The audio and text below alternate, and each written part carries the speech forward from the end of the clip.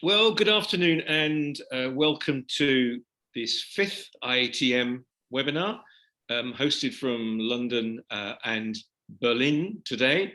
In London, the sun is shining, it's warm for the first time, and the museum's been open for nearly 2 weeks, with a busy half term to come this weekend. So it feels good to be back in action again. This webinar is being recorded, and we'll put the link out on the IATM Facebook and website later on. Today's subject is education and the move to digital. We all know, don't we, that education is a fundamental aspect of what our museums do. It's fundamental to transport and communication museums, both in terms of formal learning, school-based learning, and of course in informal learning as well. And museums faced huge challenge at lockdown, and many of them had to make a rapid move to digital delivery of their programs. And it's 4 examples of that we're going to have a look at this afternoon. I guess it's interesting as well in that it's clear that as we move back into being open again in our museums and able to start face-to-face in-person programs once again, that digital is probably here to stay, and that we're looking at a future where we blend digital and in-person more.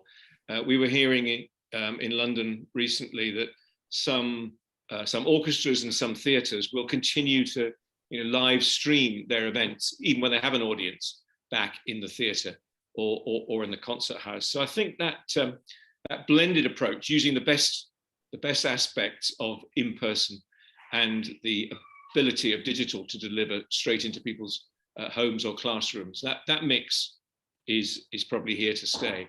So it'd be very interesting, I think, to look at the 4 case studies we're going to look at this afternoon with that in mind as well.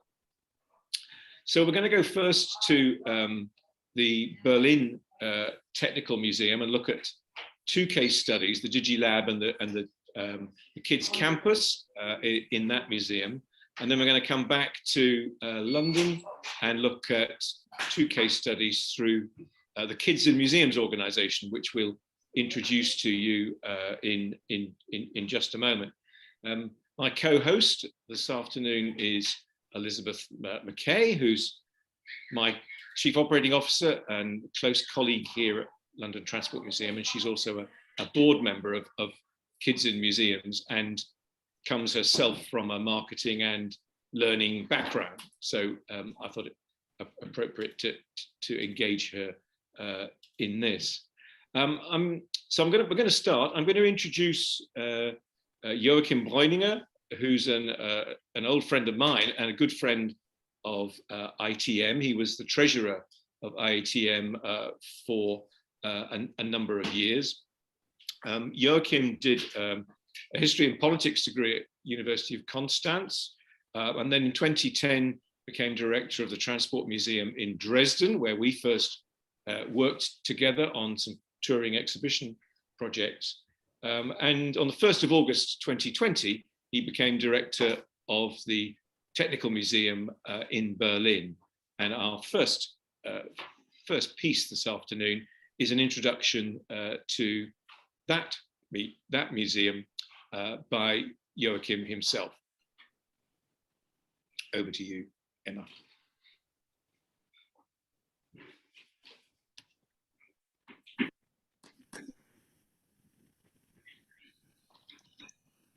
Dear IATM colleagues, it's good to have you here today at the Deutsches Technikmuseum Berlin, the German Technological Museum, in our joint webinar, Digital Learnings to Homes and Schools, together with the London Transport Museum. The corona pandemic has changed our lives dramatically in the last months. Not only we are experts now in hygienics, digitalization is progressing rapidly in every part of our museum lives. We work in home offices, we meet in video conferences, We offer online guided tours and try to speed up our activities in social networks. We meet in webinars instead of conferences, while we hope to reopen to public as soon as possible.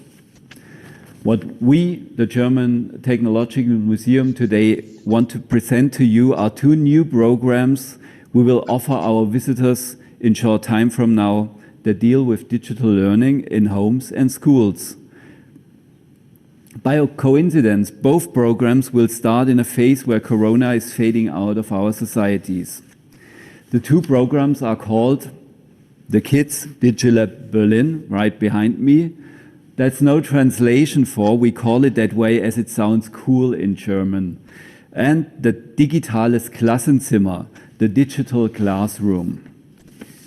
The approach of our Kids DigiLab is that we bring school children from Berlin in our museum and teach them here in our new cool DigiLab about the challenges in the digital world outside. We hope to make them more competent in dealing with these new challenges. The DigiLab is a cooperation with the School Authority of the State Government of Berlin. My colleague Bettina Gries will tell you more about later. Whereas the DigiLab will bring more visitors to our museum, the program Digital Classroom will widen our range outside the museum. The concept here is to work with school classes in their classrooms in their schools. It's a mix of things they do on their own and live online workshops together with trainers from our museums and from within our museum rooms. The digital classroom is a cooperation as well together with BMW. BMW sponsors our junior campus, of which a digital classroom will be a part of now for several years. Marcel Jahre is responsible for that program and will tell you more about hereafter. In our 5th webinar, I would like to thank Sam Mullins as our president and the actual board for having the idea of the webinar series and for organizing all of that. I wish you now all the best, a lot of fun at our webinar, and let's hope that we will all be able soon to reopen our museums to visitors from all over the world. Thanks. Great. Thank you, Joachim. And now we go live to the Deutsches Technikmuseum and Bettina Gries. Over to you guys. Good afternoon from Berlin. Hello. It's a pleasure for us to have you with us this afternoon. And our director said we are going to open the house hopefully soon. So it will be the 1st of June. This is the good news from Berlin. I'm happy to introduce our project, the Kids DigiLab, to you first. And we prepared a video which we are going to show you first. Emma, could you start the video, please?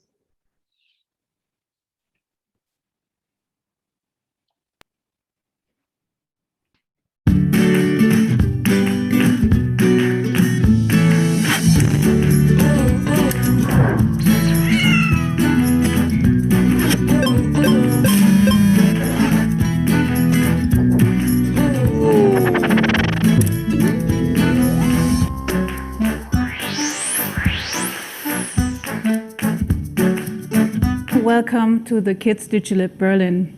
In fact, it's pretty much a construction site right now, since we are only opening in June.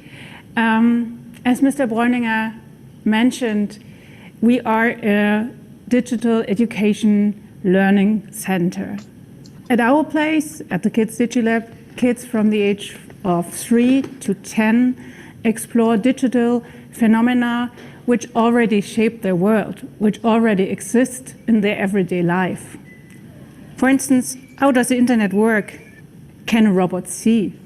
How does my cell phone know where I am?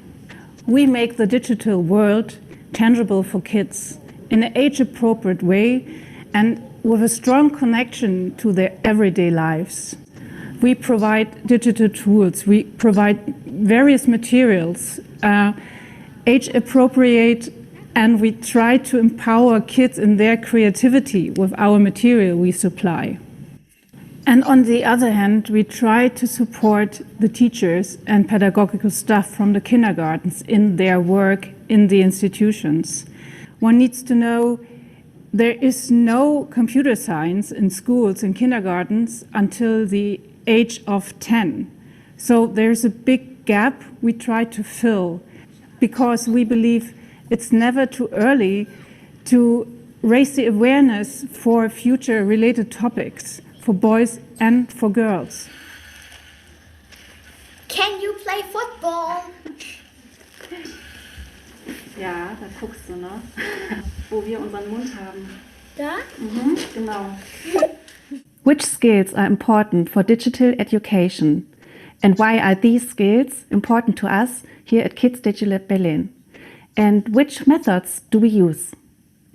At Kids Digital Berlin, we want to inspire children.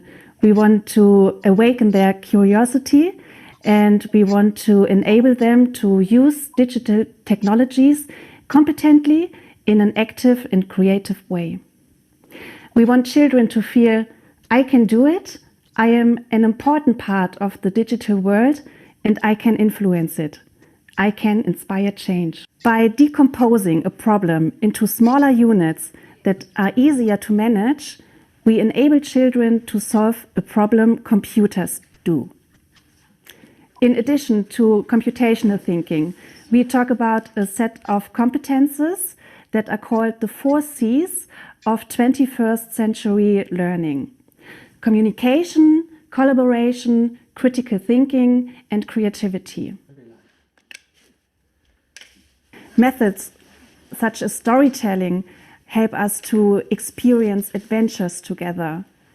We focus on the excitement of technology and the joy of experimentation.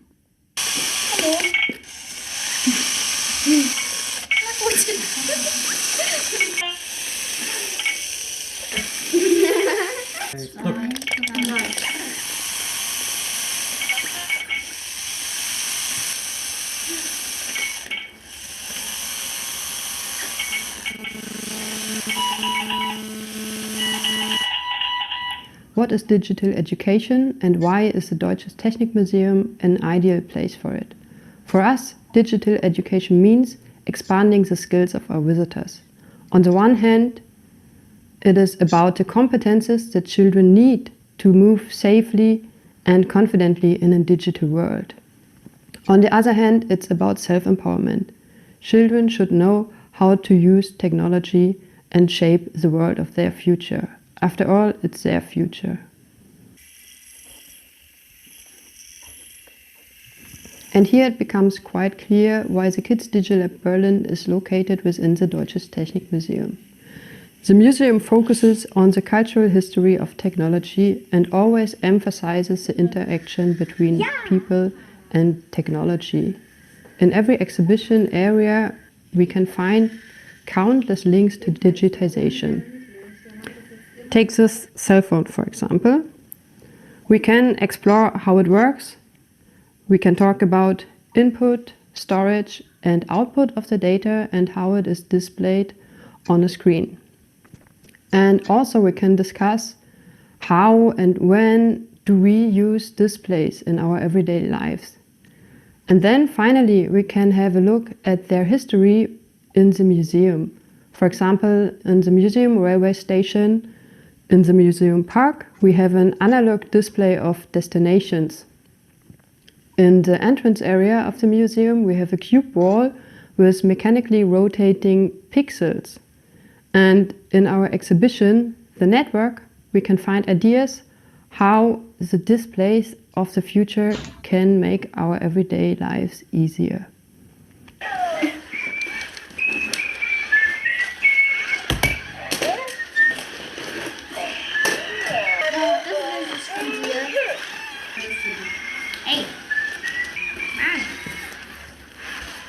Ja. Wie lenkt man? Indem man das hier so dreht.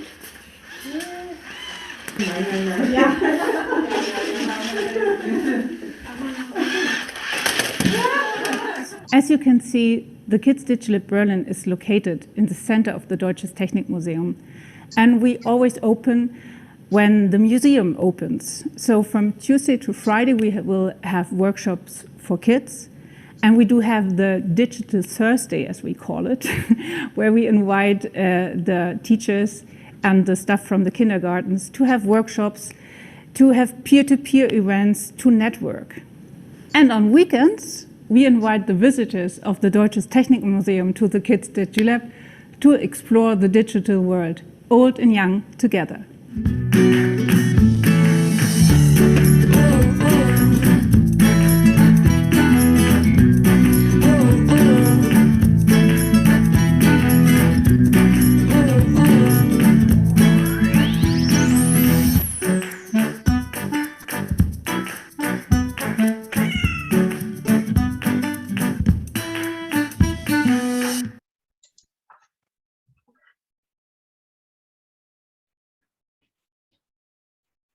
Thank you for watching our video, and I will be happy to take your questions after the presentation of Marcel. We are going to do it together. So see you later. So now it's my turn. So hopefully something changed at your screens. So my name is Marcel, and I'd like to introduce you to the digital classroom of the junior campus. I will give you a short outline, but before tell you using all senses, it means 5 senses: hearing, sight, touch, smell, and taste, of course. So this is our program for the next minutes. At first, I'd like to introduce you the junior campus. After this, we will talk about the digital classroom, the idea and the concept, then the digital tools, and I like to invite you to a little survey. After this, I will talk about the modules 1, 2, and 3. And at the end, maybe there's some time for questions. So, yeah, I'm back again. I will switch from time to time. Hope you're not getting too dizzy. So at first, the junior campus. The junior campus, as our director Joachim Bräuniger was telling you, it's a cooperation between the BMW and the German Museum of Technology, and it's quite a long time, still since 2012. So here you can see we have a team of 5 educators. They are working 4 days a week, and most of the time 3 workshops per day. I have some pictures for you to get an imagination what the junior campus is. And here we have the entrance hall, it's a flexible wardrobe, so we have a picture wall. And in this hall, we had welcomed, until before the pandemic started, around 70,000 pupils. So from here, you can reach the mobility and the mathematics area. We have 2 different workspaces, and I will tell you a bit about this next. But before, I like to, we have also space for parties or events, birthday parties and events. We had in this time until now around 1,000 events with more than 12,000 visitors. So let's go to the mathematics area. This is an hands-on exhibition, and pupils can explore this, can experience this. We have 5 different workshops in this area. It's about geometry, symmetry, encoding, and decoding.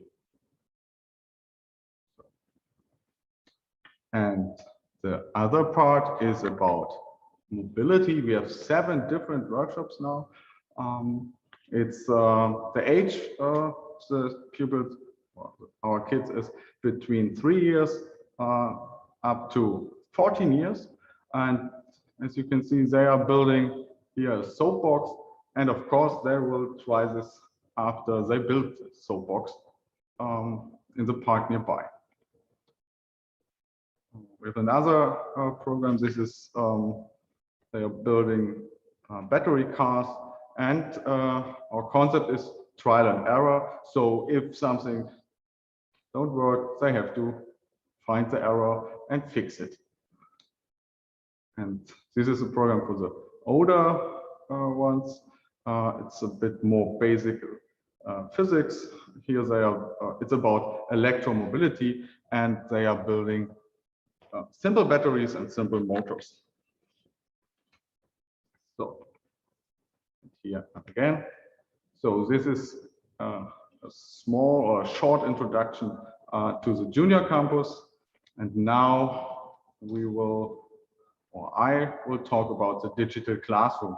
This is our first digital program, and we have a very small target group. It's pupils are in the age between 10 and 12 years. In Germany, it's still primary school. Usually, we have the focus to pupils in Berlin, but for this program, we expand a bit, and we are going to Leipzig too. And of course, everything between Leipzig and Berlin is, belongs to this. So we have this is different like the other workshops. This is a bigger, it's kind of project. So we have 3 parts. The first part is taking place in the school. The second part is an online session. Oh, now it's we have a big storm. So hopefully you can hear me because it sounds very rough. So the second part is the online session between 2 educators in the campus and the class, and the third part takes place in the school again. It's between class and teachers. It's a hybrid format. So, but what we are talking, so we have to talk about the future and the future of mobility. We like to motivate the classes to ask themselves these questions the best way, and the main point is how mobility should be in the future.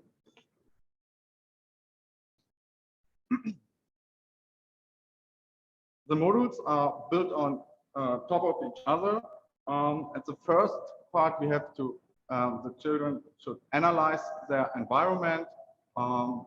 They can evaluate the environment.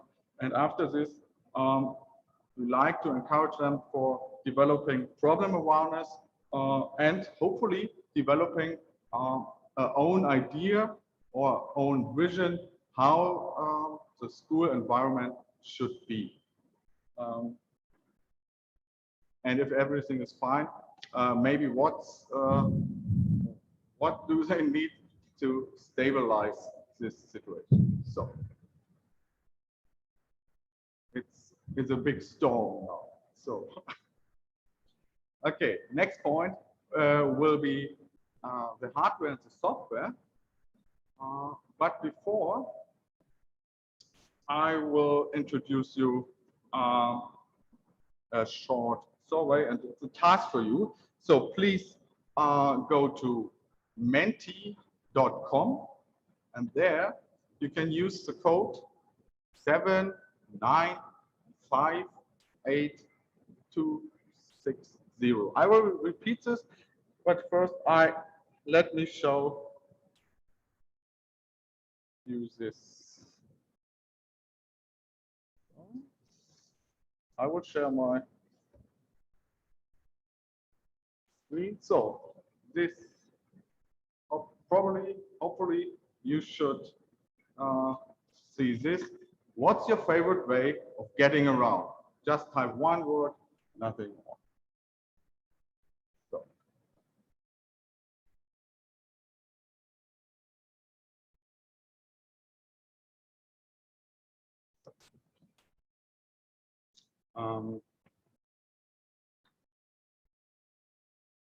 When we are using this tool also, it's Mentimeter, we are using this also with classes, but we have not only this question, we like to ask them what's their favorite way to come to school, how much time do they need, what they like or what they dislike on the way to school. So I will go slow forward. Maybe you're ready with the survey. If not, you can just listen to me because I will tell you something what we are giving the classes to do this online session with us or to do this project. The classes can get 2 boxes from us. It's free loan. It's around 2 weeks for them. And we have the first box, it's a media box. It's filled with a laptop, a webcam, speaker, 10 tablets, and mobile Wi-Fi, because we want to make sure that the connection is working with the classes. And we have a measurement box. This is filled with a sound level meter, and probably you can guess this belongs to the sense hearing. So we connect the measuring devices with the senses, and for hearing we have the sound level meter. We have a particulate matter meter. A carbon dioxide meter is for the senses taste and smell. And we have measuring tape and counting devices. It's for the senses sight and touch. So let's go to the next slide. We are using WebEx as a video tool. We like to switch in the future to Zoom. As you know, it works probably very well. WebEx it's okay. We choose this because of data protection. But yeah, sometimes it's a bit it's a very huge tool, and we need something more easy to use. We have a backup system. It's called Big Blue Button. Maybe you have heard about this. So for the tools, you already use new Mentimeter. This is for a survey before the project start, and we have we prepared concept board for the classes. Concept board is similar to Miro or Paddled. It's a pin board or whiteboard, digital, of course. So I can show you some examples. This is the word cloud. We'll have a look at our own word cloud in a few moments. The pupil choose here scooter as the biggest one. So we have here part of concept board. Here, a closer look. So they can put their results after the measuring into the concept board, and the whole class and our educators have access to this. So yeah, back again, and I like to have a look at our results. Oh,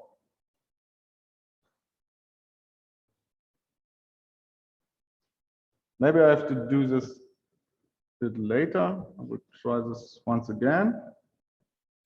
Yeah.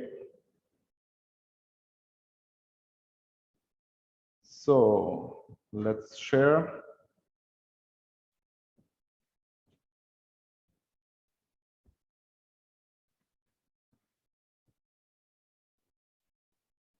So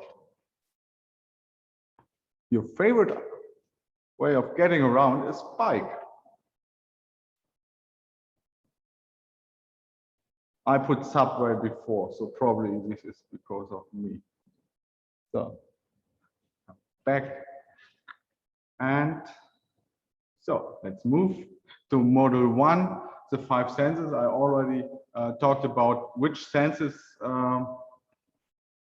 this are. This module is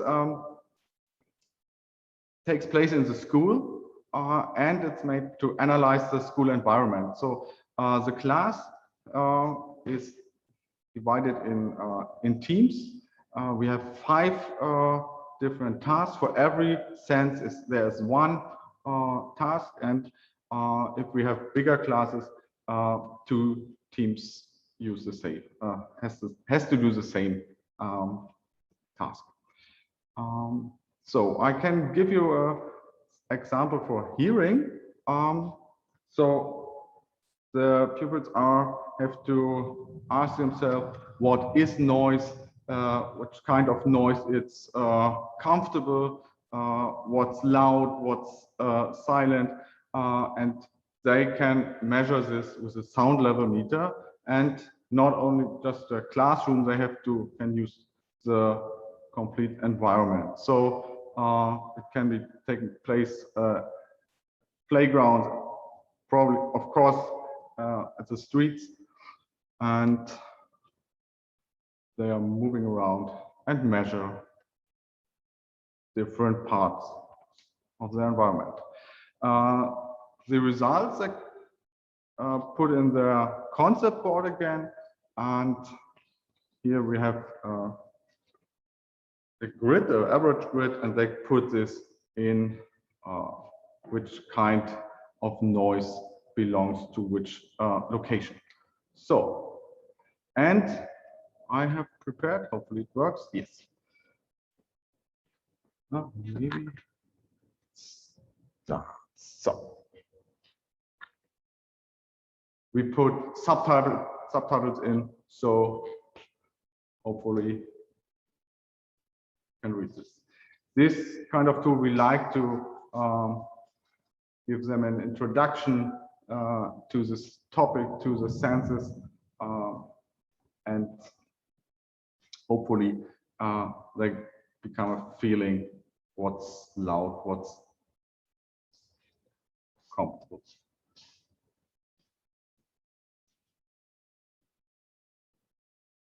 So, and at least they have to decide what kind of noise, or even similar to the other senses, what's comfortable for them, what's good for their own well-being. So now we are coming to module 2. It's a live session, or it's an online session, and yeah, we have 2 educators from the museum, and they communicate with the classes. It's around 90 minutes. So this is the classroom and the WebEx. And the aim is to put the result, to use the results from the module 1, and let's have a discussion with this. So our educators prepared themselves by looking to the concept board of each class and looking to the Mentimeter results, and then we can discuss the results with the classes. It's very individual. It's not every day the same. Every session is, yeah, it's worked by their own. We are using using a quiz to help them to go out and to talk with us. It's a quiz. I will give you an example. We have 3 possible answers, and yeah, they have to move, because we are talking about mobility, movement. This is the classroom. They put the laptop on the smartboard. So, and now hopefully it works. It's slow.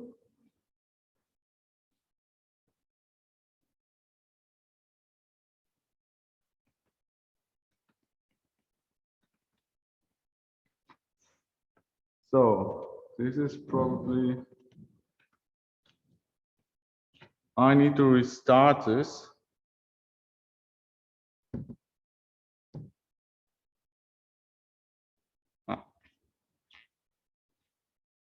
Okay, works a bit. Here you can see my colleague, and she's asking, how loud do you think regular car on the street is in decibel? It is 300 to 400 decibel, it's 20 to 50 decibel, or 72 to 75 decibel. So 1, 2, or 3. Hopefully we can go forward.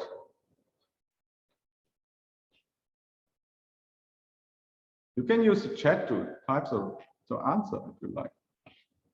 So let's have a look. Okay. Sounds well, I will say. Okay, so this usually the class have to discuss this with themselves. We have for each sense one team who's very prepared for this question, because they are use the measurement tools. They measured regular car noise, so this is helpful to choose the right answer. And yeah, if they can stay at the right number, and the right answer will be where the most people are staying. So this is the answer. Works a bit better. So, and usually we have a bit noise, but you're right, it's number 3, 72 to 75 decibel. Congratulations.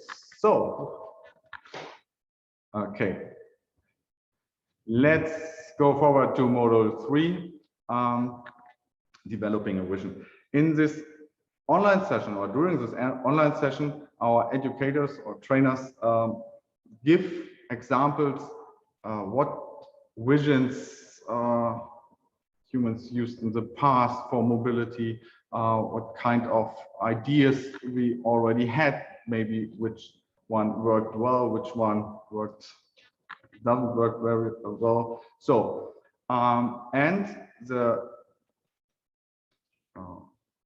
aim is that the classes should discuss their own school environment and probably develop their own vision of their environment. What do they like to have? What do they don't have? And they should continue this on their concept board.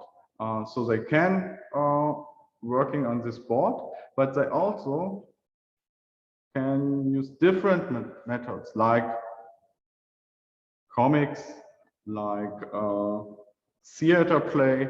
Maybe they like to build a miniature of their school environment, or they do it old school and put everything to an analog pin board together. So everything is allowed. The important thing is what changes can improve their own well-being.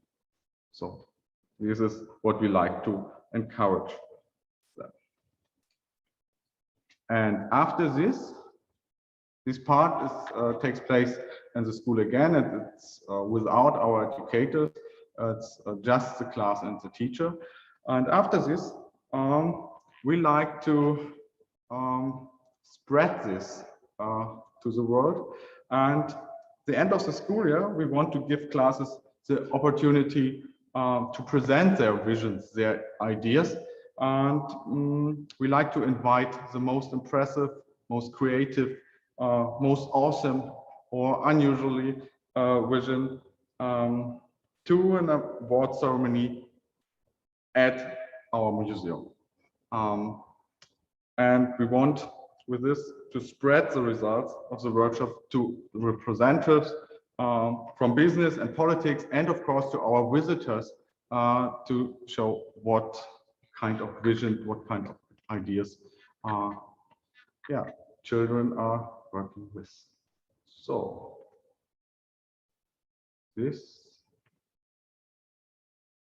is the digital classroom, the junior campus of the German Museum of Technology. Thanks, Marcel. That was great. Is this a new program developed during COVID and lockdown, or did it have a previous history to it? We developed this during this pandemic, but it's complete independently working from the pandemic. It's not made for homeschooling. It's made for working with classes, and it's part of our cooperation with BMW to have a digital workshop. Sure. I noticed you were using an Audi car for a BMW program, which must be controversial. We have to be diverse. So yes, indeed.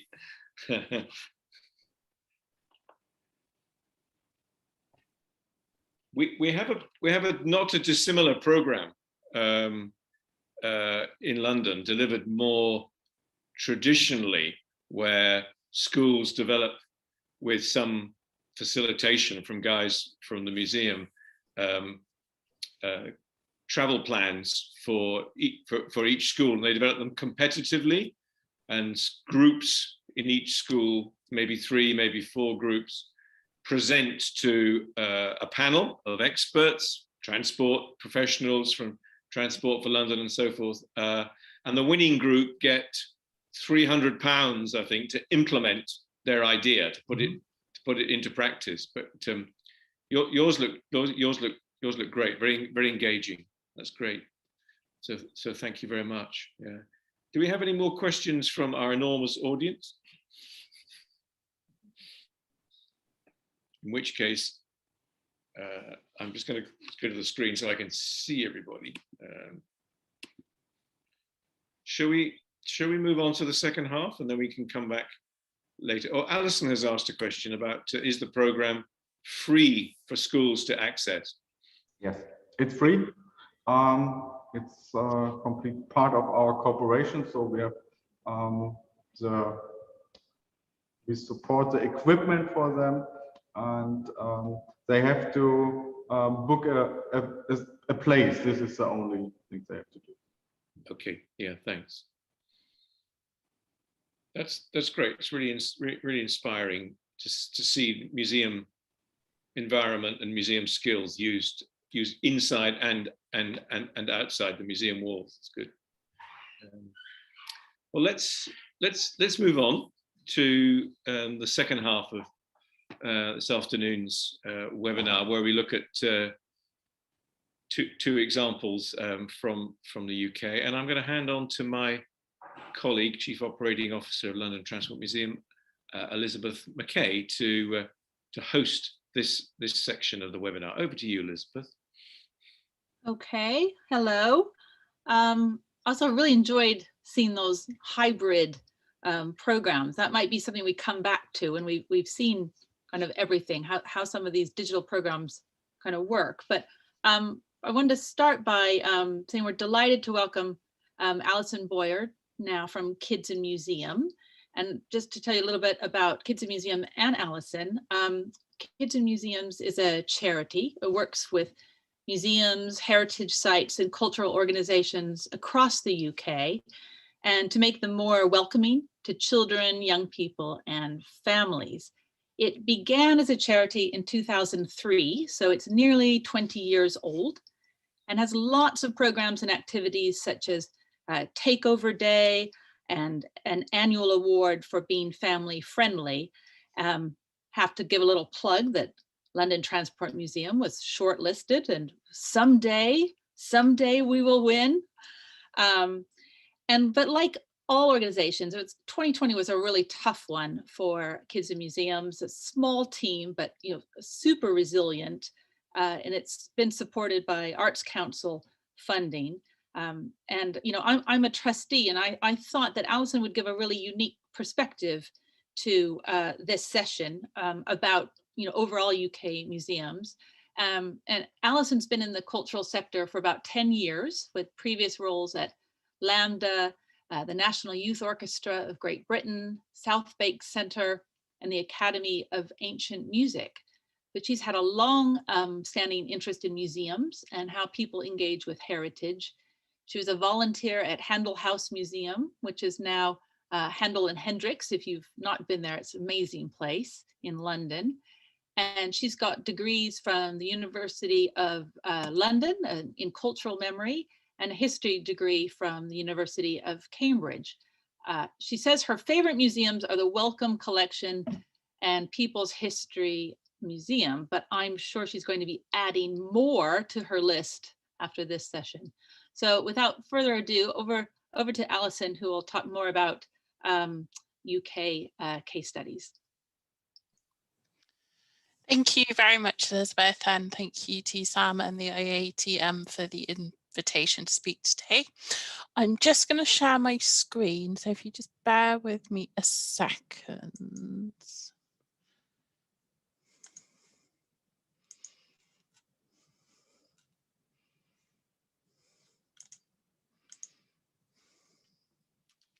So, as Elizabeth mentioned, Kids in Museums is a UK-based charity, but we have engagement from all around the world in our programmes, particularly our manifesto, which sets out 6 ways you can make your museum more family-friendly, and our Takeover Day programme, which is has a digital life and an in-person life. And that's kind of true of all of our programmes. A lot of them happen in person or in the museums usually. So when the pandemic hit about a year ago, we knew that things were going to change for the way the organisation worked. But I guess like everybody, we weren't quite sure what was in store for us during the year. So one of the virtues of being a small organisation is that you are able to change course very quickly. And we realised probably towards the end of March 2020 that any engagement families, children and young people were going to have with museums for quite a long time to come was going to be digitally. So we started sharing the digital content museums were producing in weekly lists. During the year, I think we published over 20 of those. We shared more than 200 different digital activities from museums all around the world to a total audience in excess of 20,000 people. We also made our annual set of awards, which are usually, as Elizabeth mentioned, an award for the best museum for families to visit in the UK, an award for digital activities.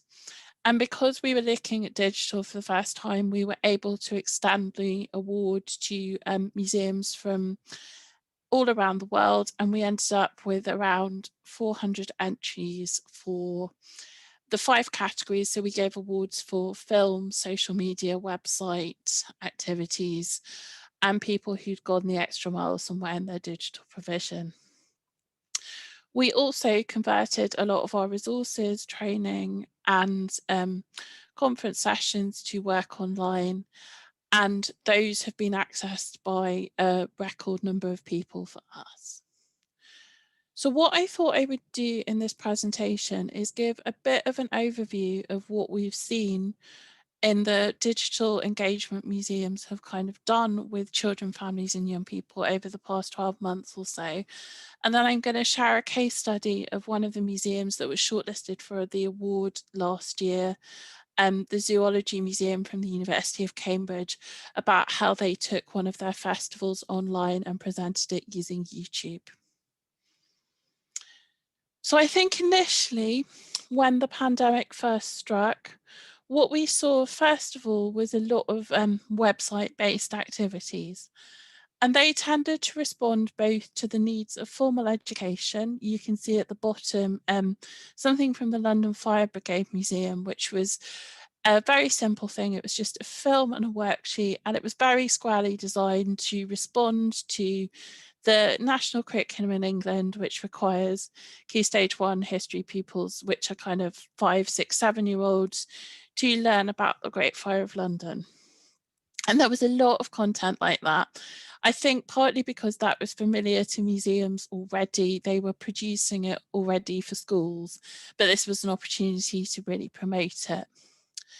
At the same time, we saw museums trying to create content for families to pass the time while they were at home. And the example you can see at the top, Creativity at Home, that was one of the most popular and well-presented examples of these. It's created by the Glicksman, which is a gallery in the Republic of Ireland. And it was the winner in our international category for our awards last year. It was very simple. It was a series of craft activities with accompanying videos and instructions online.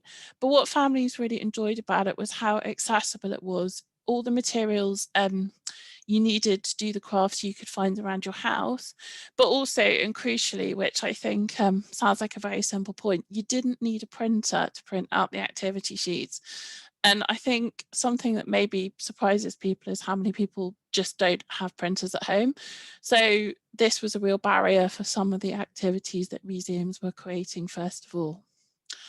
Also on here, you can see I have Small Big Dreamers, and this was quite a different scale of website activity. It was created by the National Gallery in Singapore, and rather than being just 1 or 2 activities, it was an entire children's art festival, which they turned into a website designed alongside children, families and young people. I'd really encourage people to take a look. I can share some links after the webinar, but it's a really incredible endeavour, creating links back to their collection and traditional culture in Singapore. We perhaps didn't see as much activity on social media as we were initially expecting. And what we did see sort of reflected existing trends we already knew about and how museums were using social media to reach audiences in the UK. So Facebook remains the most popular platform for families in the UK. And there were some places such as Barnsley Museum's Cooper Gallery, which created Wow Said the Owl, which you can see at the top of the screen, that really effectively used Facebook as a way of creating a sort of community around their digital activities. So Wow Said the Owl was it was a series of activities. There was storytelling, there was crafts, there was simple dance and movement activities, and that all came together on their Facebook page where they could interact with the people taking part. I think something else that's quite interesting about this, and it's been reflected in some of the research that's been done about engagement with digital activities this year, has been, even though you would think you could choose any digital activity from any museum anywhere in the world, people have stayed really loyal to their local museums. So what Barnsley found was a lot of the engagement with Wow Said the Owl was coming from within the community that was already coming to their early years sessions. There are also a few nice Twitter challenges like this one from the Tank Museum, which was a series of engineering challenges for primary school age children. I think that's another thing to reflect on. A lot of the content that was created was targeted at younger children, sort of up to the age of 12 or 13. There was much less for kind of older young people, sort of aged 14 upwards. The Royal Academy activity that you can see on the screen on Instagram was an exception to this. And this was a really great example of using Instagram to its strengths as a visual platform. They created do-at-home workshops which responded to pieces in the RA collection. And then every week they shared the results in this online gallery. Something which developed maybe more later in the pandemic, and probably from what I've heard earlier in the session shares something with the digital classroom in Berlin, was the idea of kind of presenting live sessions. And these have been created by museums, both for families at home and school groups. The example for school in this slide is from the Jewish Museum in London. And they have a whole range of school class activities that last 45 minutes to an hour. They're bookable in advance, and they have come with an activity for before and after the live classroom session. And while schools aren't able to go on trips, well, weren't able to go on trips because of the pandemic, and perhaps won't be able to go on trips for a while yet, while restrictions ease, and with the focus on catching up on other kinds of education, these experiences have been really valuable for schools because they give a small live museum experience that can be integrated into the school day. We've also seen live sessions for families at home, particularly for early years groups.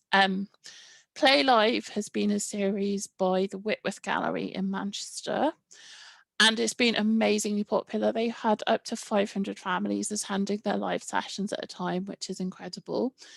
It was built out of an existing initiative at the Whitworth pre-pandemic, but what lockdown and being virtual live has enabled them to do is to reach out to new audiences. So one really interesting thing that they've done with their digital play sessions is taken them into hospitals. So they've gone into neonatal baby units in London and Manchester, and given the families in those units an experience using digital technology that would never otherwise have been accessible to them. And from the research we've seen from the Family Arts Campaign in the UK, it's these live sessions that have been most popular with families at home. And they perhaps might be the type of blended offer that are here to stay for museums for this audience, and potentially for schools as well. So finally, I just wanted to highlight something that wasn't a major feature of activities created during the pandemic, but I think is a really interesting one. And those are activities created in response to different computer games. A question that we're often confronted by at Kids in Museums is the idea of how museums can be more relevant to attract younger audiences. And I think the use of gaming, which shows museums meeting young people in territory that they enjoy and are very familiar with, is a brilliant way to create this kind of engagement and make museums seem relevant and more exciting for a young audience. So there are a couple of examples here that I've picked out. So National Museums Wales, who are again category winners in our Family Friendly Museum Award from Home, created a Minecraft Museum Challenge. And this was a brilliant initiative tied up with the Welsh Government, which during the first lockdown made Minecraft freely accessible to all school children in Wales.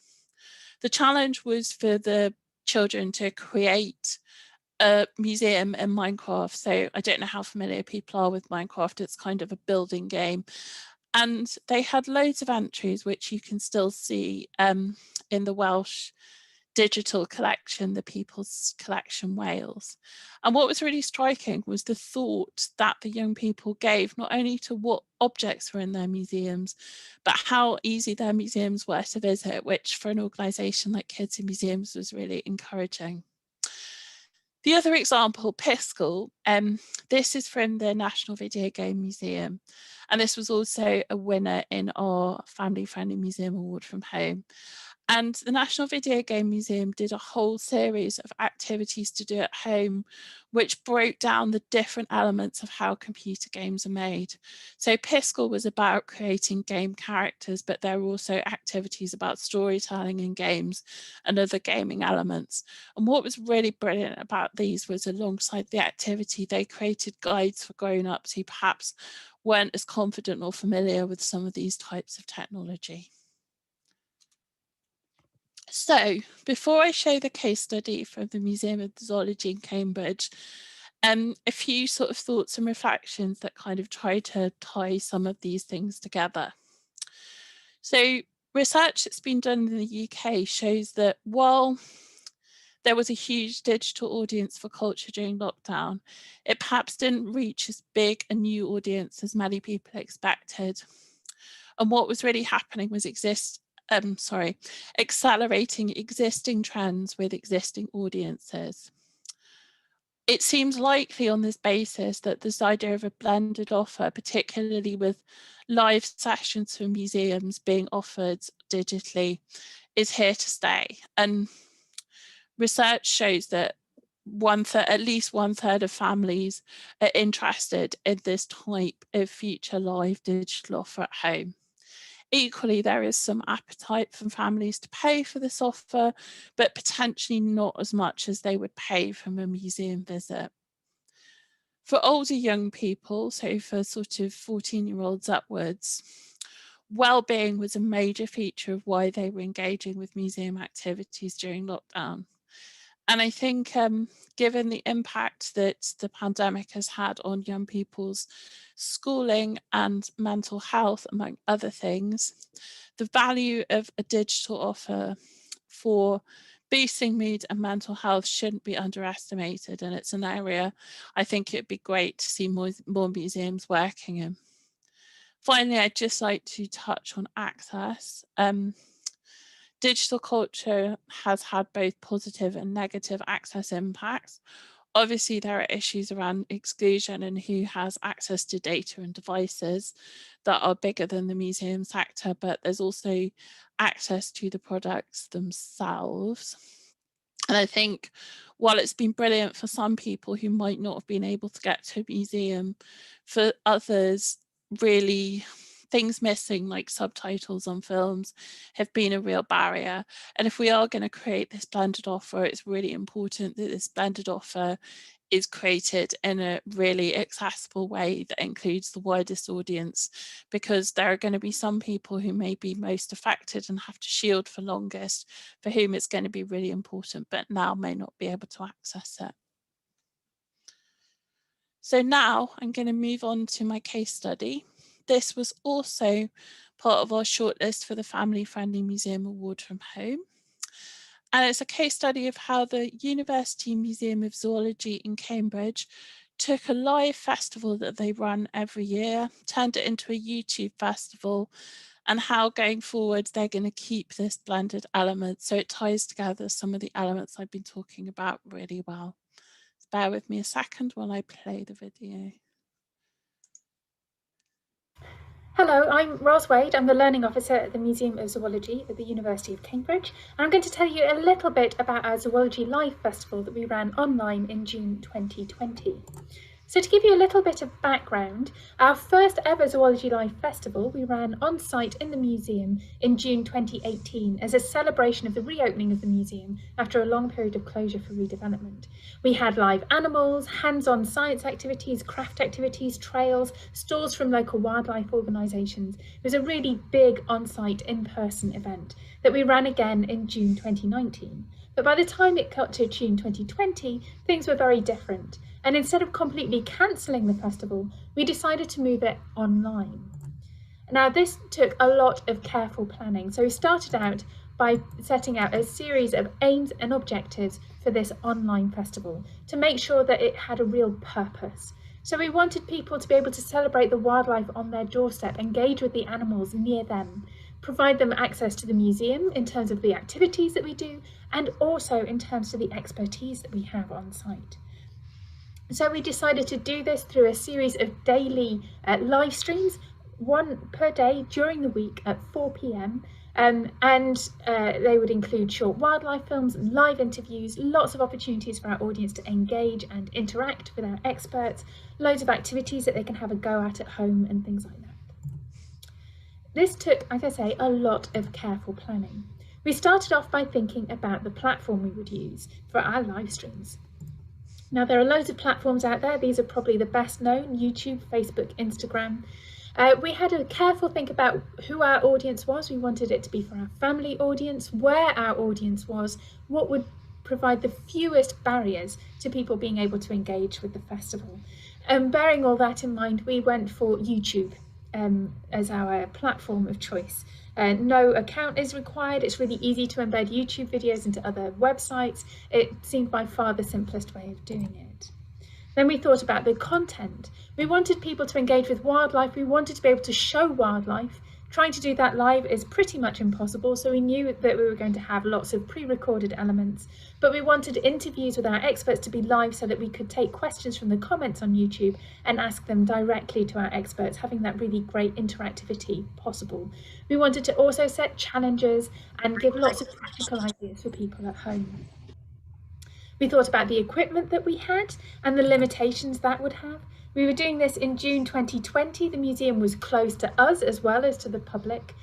Didn't have the university's broadband, so I was doing it entirely on my broadband at home, which had quite a limited bandwidth, and also using my laptop and the embedded webcam and microphone that it contained. So these were all limitations. It meant that we chose to live stream to just one platform rather than going too ambitious and trying multiple platforms. And then we had to think about software. You need an encoder to take what you're producing and actually live stream it to your platform. There are loads of options. Probably the simplest ones are the subscriptions that you can do for an online option, something like StreamYard or BeLive. When I tried that, the quality of the broadcast, particularly for the wildlife films, just wasn't good enough. So decided to go for a piece of downloaded software. Now there are open source free software, which is very powerful and great if you're technically minded. I'm not, so I needed to go for something with a bit more of a simple user interface. There are several options, some more expensive than others. The one that we settled on was a program called vMix, very easy user interface, and it did everything that we wanted to do. We were able to have remote interviews, so I could have interviews with people from their homes. We were able to put in loads of film, images, sound, and have the live stream direct from my laptop as well. So it was by far the simplest option. So here's just a little bit of information about the live streams themselves. We did them on a different theme every day of the week. So day one was on mini beasts and the ground. So here we have Dr. Ed Turner, who's our curator of insects, showing us how to do pitfall trapping. We had Dr. Richard Turner, who's our curator of mollusks, showing us some of the different kinds of snails you could find in your back garden. And we had live interviews with both Ed and Richard, and one of our PhD students, Kate Howlett, talking about the link between well-being and biodiversity. On day two, we looked at insects on the wing with Matt Hayes, one of our research assistants who works on butterflies. Here he is showing us some butterfly surveying techniques. And local expert Duncan McKay talking about dragonflies and damselflies. And we set our recycled make challenge, challenging our audience to create animals out of plastic bottles, old wrapping paper, whatever they could find at home. On Wednesday, we went pond dipping with Dr. Francis Dipper, and we looked at how to make wildlife films with loads of top tips from Ellie Bladen, one of our PhD students, who also shared one of her beautiful films on dormouse conservation in a local woodland in Cambridgeshire. Birds was the subject for the Thursday. Here we have Dr. Andrew Bladen, a research associate in the museum, giving us top tips on how to support the birds in our own green spaces. And then Dr. Tony Fulford took us on a dawn chorus walk at Wycombe Fen and gave us top tips on how to listen to and record birdsong. We set another challenge, our Lego Creature Challenge, making animals out of Lego to share and put on our online community gallery. On Friday, we looked at nighttime wildlife with moth expert Annette Shelford, who did some moth trapping with us, and here she is with a really beautiful elephant hawk moth that she found. And then Dr. Henry Stanier, who's a bat expert from the local wildlife trust, took us on a bat walk and showed us how bat detectors work. And we set a third challenge, our Nature Make challenge, creating animals out of twigs and leaves and things like that that you could find outside. We had a whole series of live streams on Saturday, an hour from 11 till 3, and with interviews and live pitfall trapping and all sorts of things going on during the day on the Saturday. We wanted to provide other resources as well, so really used our blog, museumofzoologyblog.com. For each day we had a separate blog post where we embedded the live stream so people could watch it through the blog, and also loads of other links and resources linked to the theme of the day. And we used our online community gallery. We've got a whole section dedicated to Zoology Live, where we shared some of the creations that people made during the week. We got some great feedback. We had over 3,000 views of the live streams during the week of Zoology Live, and we've had loads of views subsequently. We had more questions than we could ask our experts during the live streams as well. And we've had loads of positive feedback through the comments and also through online surveys as well, showing that our typical audience really appreciated having some way of engaging with the museum. We found that the practical activities were really, really popular, and it was encouraging to see that people were very much appreciating us putting on this event. We learnt loads through doing this online event. We learned that it's really important to keep focused on those aims and objectives. It can be a bit overwhelming. There are so many opportunities in the digital engagement, so making sure you stay focused on what it is you want to achieve from it is really important. Always considering audiences as important for digital as it is for on-site, so how the audience are going to engage, what kind of content to include for them. It took loads more time to organise this than it would an on-site event, so making sure that that's timetabled into your planning time. Testing, test, and test again is my top tip for doing anything live online. I set up loads of little mini tests to my own YouTube account as private live streams, just so I could see how everything was working, making sure that voices and images were synced up and things like that. So just make sure you keep doing tests. Marketing, as for any event, it's making sure the audience knows what's going on and how to engage with it. We have a brilliant marketing assistant at the museum, and so we're able to get it out across university channels and local media, as well as through our own sort of social media and other channels. And one thing that we've learned through doing this is that we now have loads of fantastic resources that we can use for other stuff. It's a real legacy of the project. So we've put together posts about teacher resources and home learning resources on wildlife, using some of the films and things like that that we produced for Zoology Live. Zoology Live 2021, it will be quite different. We are still going to do it largely online. Instead of 4 p.m. in the evening, we're doing it at 7 p.m. This year because we're no longer in lockdown. And we're just doing 3 live streams on the 30th of June, 1st of July and 2nd of July on the themes of land, sea and sky. We're going to have a focus on the museum galleries and collections as well as local wildlife. We will have the museum, fingers crossed, the museum will be open at the time, so a slightly different emphasis, slightly different aims as well. So being able to provide that access to the museum collections as well as engaging people with their local wildlife will be important. We are going to do a very small amount of quite low-key in-person activities, particularly a series of nature walks around Cambridge on the Saturday afterwards. And we're going to have lots of links to our summer programme, temporary exhibition that we've got going on this summer, our BioBlitz that's taking place at the Botanic Garden at the end of July as well. So lots of things that we can link to that will be in-person stuff as well. So thank you for listening, and if you'd like to find out any more about Zoology Live or our digital programme more generally, you can check out our blog, museumofzoologyblog.com.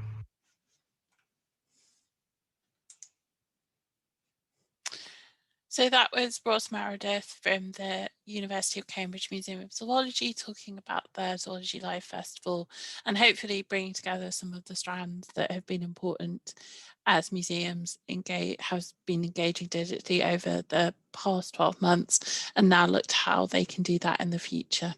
Thank you very much for listening. I'm very happy to take any questions.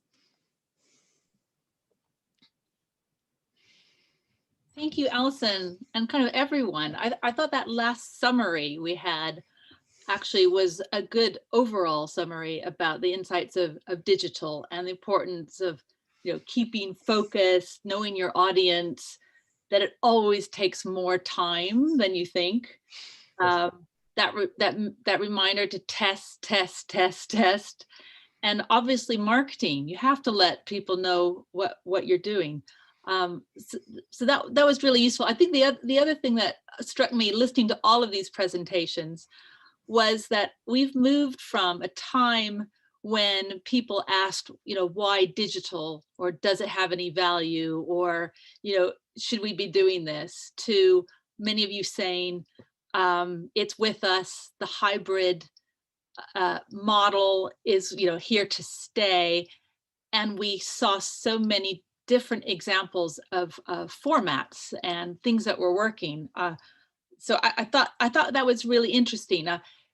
Maybe as a question for you, have you noticed that shift from having to justify the use of digital to having it be more about how it's developed?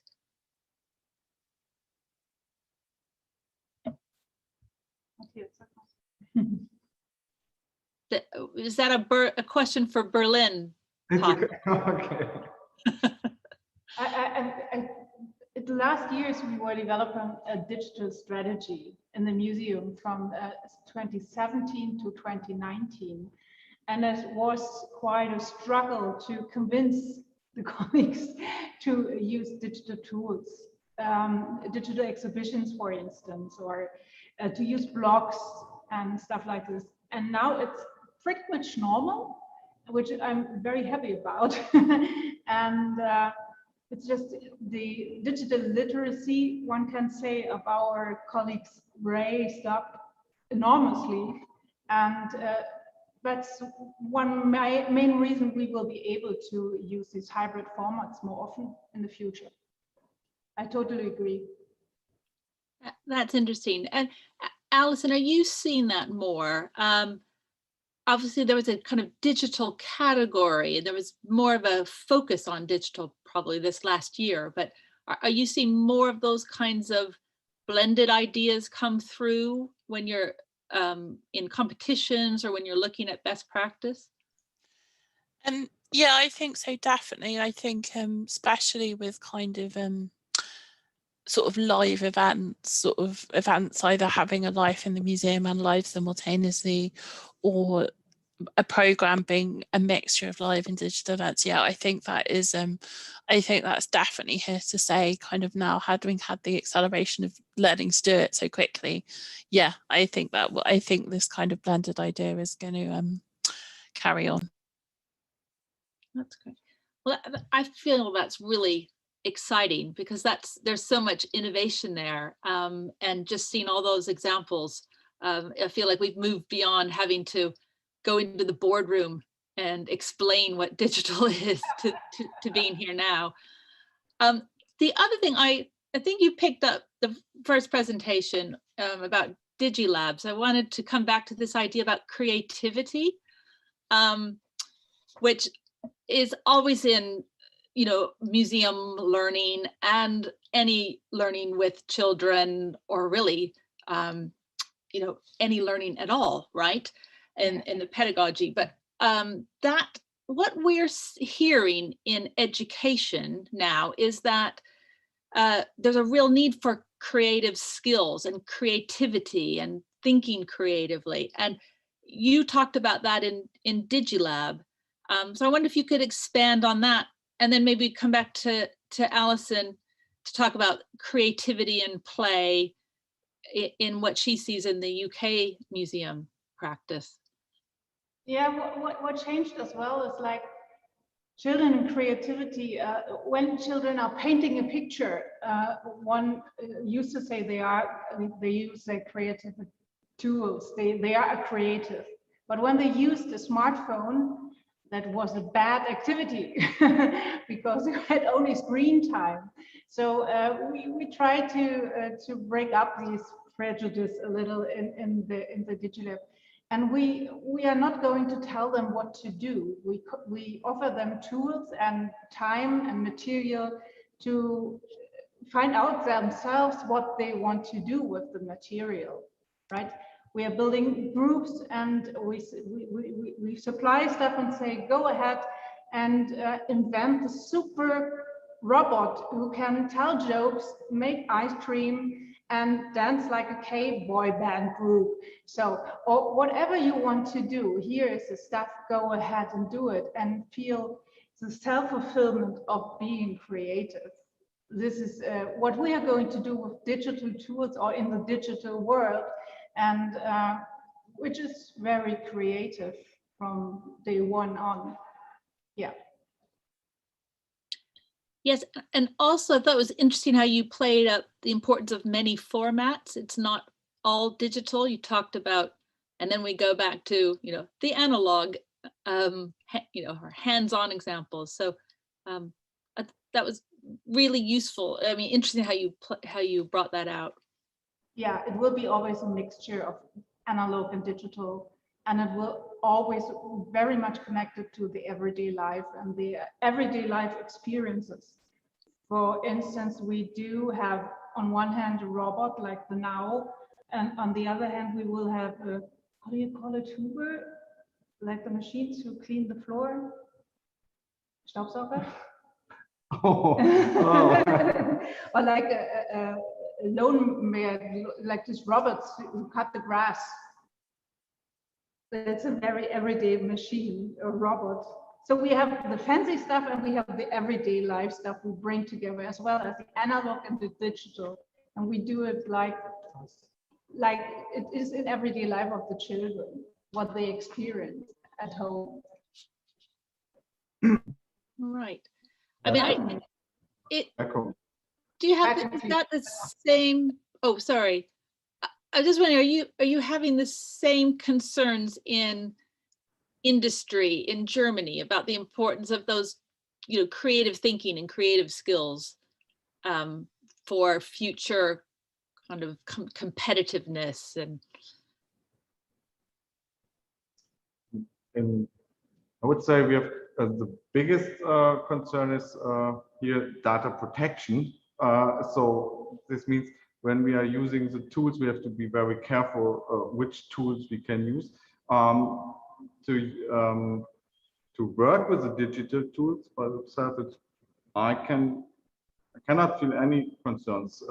For example, the work with BMW, they are kind of engaging us to go forward, to use this to motivate the pupils to use digital tools. And we had a lot of time with an analog program. BMW tried to put some digital tools in this program, but this is the first moment we do this by our own and have our own concept of this. So I would say that the economy is there was waiting for this kind of digital learning, for this engagement. Right. So there's another opportunity for museum learning, sounds like. Alison, did you have any other thoughts on creativity and digital tools? I guess I think that some of the most creative activities that we saw were the ones to do with gaming, because they were completely open-ended. And obviously in a gaming environment, you can create things that I mean, clearly they can be anything. They don't have to obey the structures of real life. So I think that's a potentially really interesting development for the future, because it's also an environment that children are really familiar with. Yeah, and that was I think a good insight you brought out about the importance of finding other ways to be relevant. So that's clearly something in museums we're always thinking about, right? How do you appeal? How do you engage young people? And you know, those examples in gaming were clearly hitting that that mark. Now I was just checking if we had any questions from our audience, or any other ones flying in.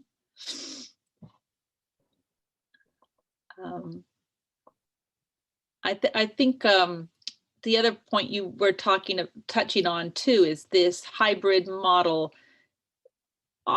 being possible for monetizing that, and how we started to see that kind of emerge in this last year, the kind of willingness to kind of pay for digital, which we haven't seen before. I know we've talked about that, Sam, on this before with Hidden London and what the London Transport Museum is doing. And we've seen that from the Tank Museum as well. But it's interesting how there were some other examples coming through. Have you all seen some other examples of that kind of crossing the threshold from free content to paid? Not in the museum world in Germany, not so far, none I know of. We was thinking about, we have a live session program in the aircraft and ship exhibitions, but for free. So we was thinking about paying what you want, to put a PayPal, to put something in. So because people like to, this is the experience. Some people was asking where can they pay or how can they pay? Because it's not so. I guess people are willing to spend some money for a good and relevant program.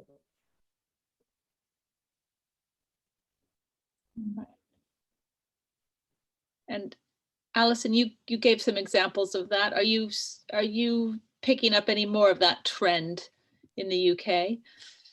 Yeah, I think there are more examples where people are charging for live sessions. I know that the Story Museum in Oxford is now charging for all their family workshop sessions that they deliver online. And yeah, I think there's been a few others. So I think that that trend is gonna continue. Great. Okay. Well, I think the examples you brought out about the live sessions were actually quite exciting about the way forward. You had your 90-minute interactive session for schools, what we saw from Cambridge, and how they've shifted from a lockdown approach to now normal life.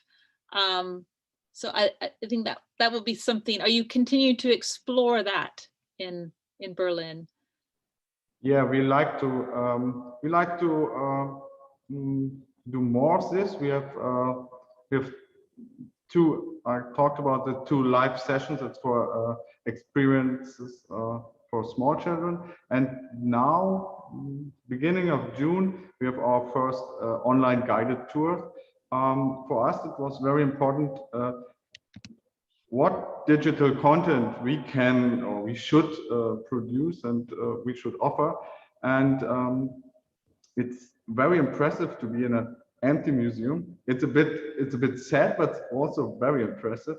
And we like to encourage our audience to talk with us. We like to communicate with them, and so we're using the chat function so they can ask us something. We can react to their wishes and can show something a bit more clearly. So yeah, I guess this will be stay even after pandemic. So because it's a different kind of experience to do this in a live video session. Well, thank you both. So it's great to be interactive amongst ourselves here in this interesting session. I'm sure we're going to learn a lot more about digital innovation in museums and learning practice. But I think I'll hand back to Sam, unless we've got a long list of people with questions arriving at our door. Strangely, no. I mean, I guess we wouldn't have done this type of conversation a year ago either. It shows that we've all had to equip ourselves really quickly to use these channels. And these are channels which have been around for 20 years, but we've never actually used. So I think it's really interesting from both examples to see how you're taking the kind of best of in-person and the best of digital and kind of putting them together into a blend. And I think we're going to be doing that across across all our programs as we go forward. And I think the other interesting point for me was the one from Berlin about parents as a bad thing because it's screen time. You need to get kids into other types of creativity, and that digital can be a means and a way in to creativity, not just entertainment and time wasting.